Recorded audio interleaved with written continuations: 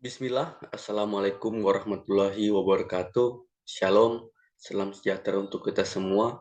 Om Swastiastu, Namo Buddhaya, dan salam kebajikan. Perkenalkan, nama saya Aswar dengan stambuk L13121231.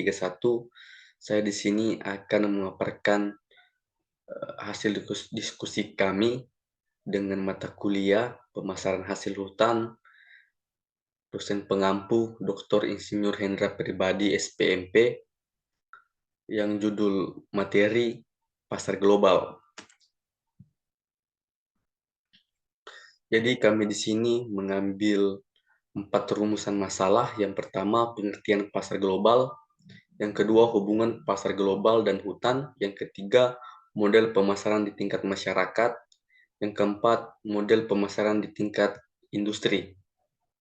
Nah, selanjutnya pengertian pasar global.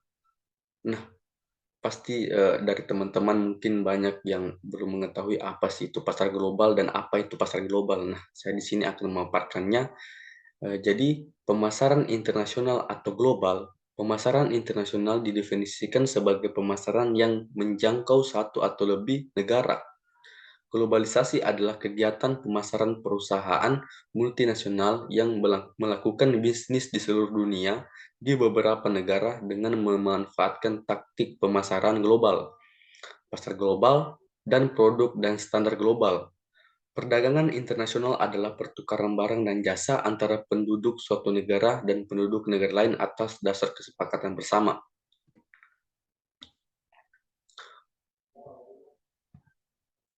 Pemasaran global adalah suatu teknik marketing berskala internasional. Peluang pasar di dalamnya akan selalu terbuka untuk semua pengusaha, termasuk di pasar ekspor produk. Para pengusaha harus memiliki kreativitas dan inovasi dalam mengembangkan pasarnya masing-masing. Saat ini, pemasaran global dibentuk karena adanya pengaruh yang bersifat dinamis dari berbagai kekuatan, bukan hanya mendorong, tapi juga yang menghambatnya. Berapa hal pendorong pemasaran global adalah teknologi, kebutuhan, dan keinginan pasar, kualitas biaya, perkembangan ekonomi dunia, perdamaian global, serta mengenali peluang untuk bisa meningkatkan daya tugasnya secara internasional.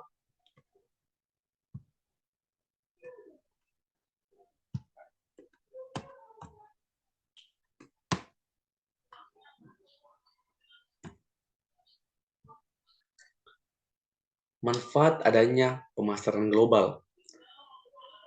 Yang pertama itu meningkatkan kompetensi para pengusaha, yang kedua itu bertahan hidup, yang ketiga kualitas produk yang lebih baik.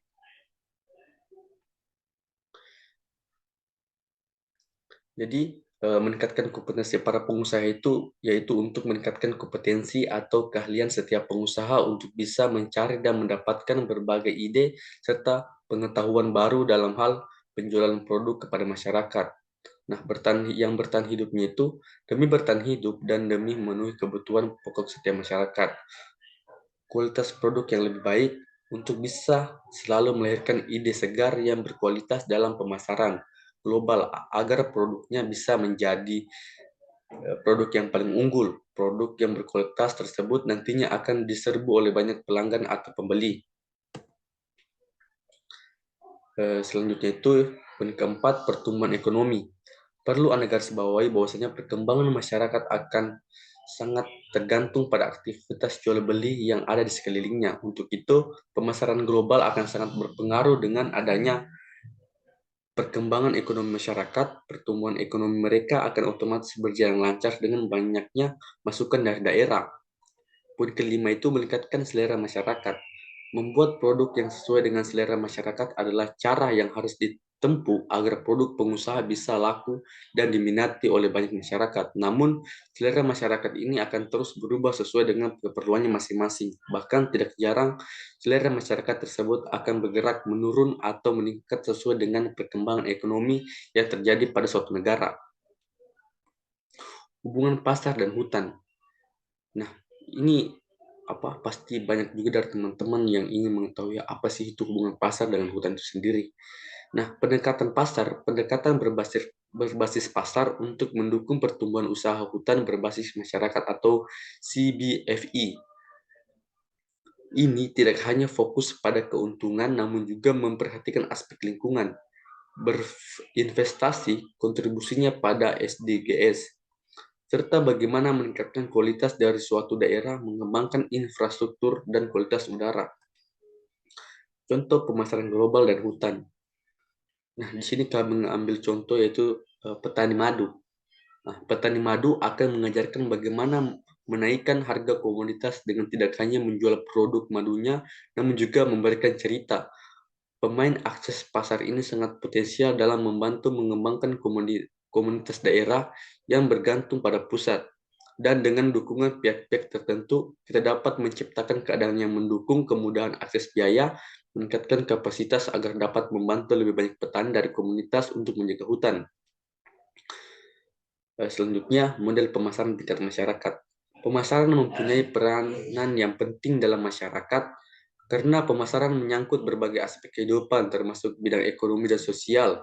Pemasaran berarti mengalirkan produk dari produsen ke konsumen. Maka pemasaran akan menciptakan lapangan kerja yang penting bagi masyarakat. Strategi komunikasi adalah strategi yang paling sering digunakan oleh para penjual, salah satunya melakukan penjualan beli di pasar global itu sendiri. Nah, sedikit saya jelaskan tentang strategi komunikasi itu sendiri.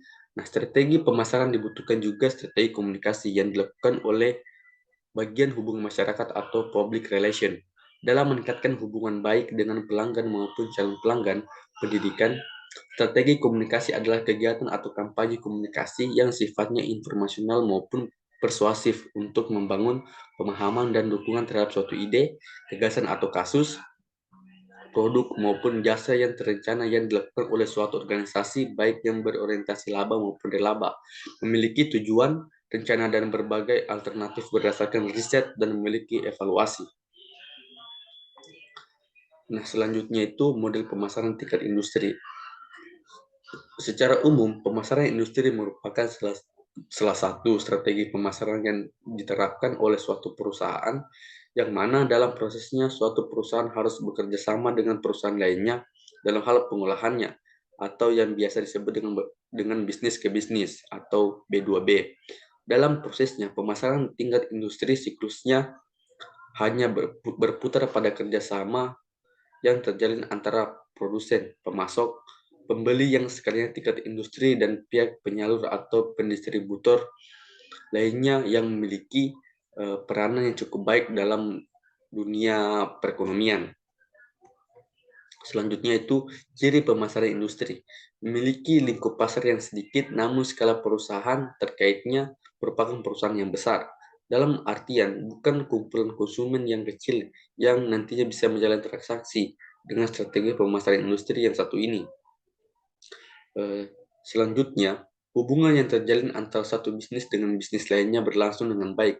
Bisa dibilang hubungan yang terjalin antara bisnis ini bahkan lebih dekat daripada hubungan antara produsen dengan konsumen biasanya. Tentunya hal ini dipengaruhi oleh kelancaran proses komunikasi yang harus terjalin dengan baik jika kaitannya untuk pengolahan suatu produk sebelum diterima konsumen.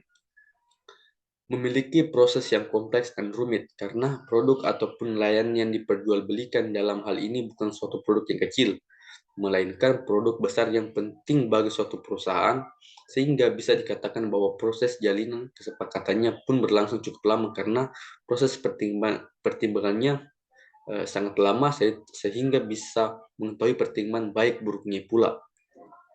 Permintaan berasal. Semua permintaan yang berkaitan dengan proses pemasaran industri yang satu ini dipengaruhi oleh tingkat permintaan produk dan dari konsumen pula. Semakin tinggi tingkat permintaan konsumen terhadap produk, akan semakin tinggi pula angka permintaan perusahaan ke perusahaan relasinya atau perusahaan lainnya.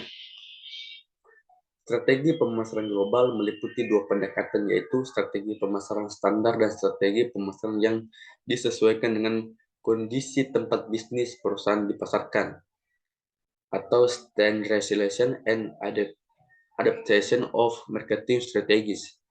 Strategi pemasaran dengan pendekatan standar lebih menekankan pada pasar global yang memiliki sifat pelanggan yang homogen atau konsumer homogensi. Strategi ini menekankan perusahaan untuk dapat memasarkan produk dan layanan yang sama di seluruh dunia dengan menggunakan identik strategi dengan biaya yang lebih rendah dan margin yang lebih tinggi. Mungkin itu saja yang bisa saya paparkan. Kurang dan lebihnya saya mohon maaf. Billahi taufiq wal hidayah. Wassalamualaikum warahmatullahi wabarakatuh dan terima kasih.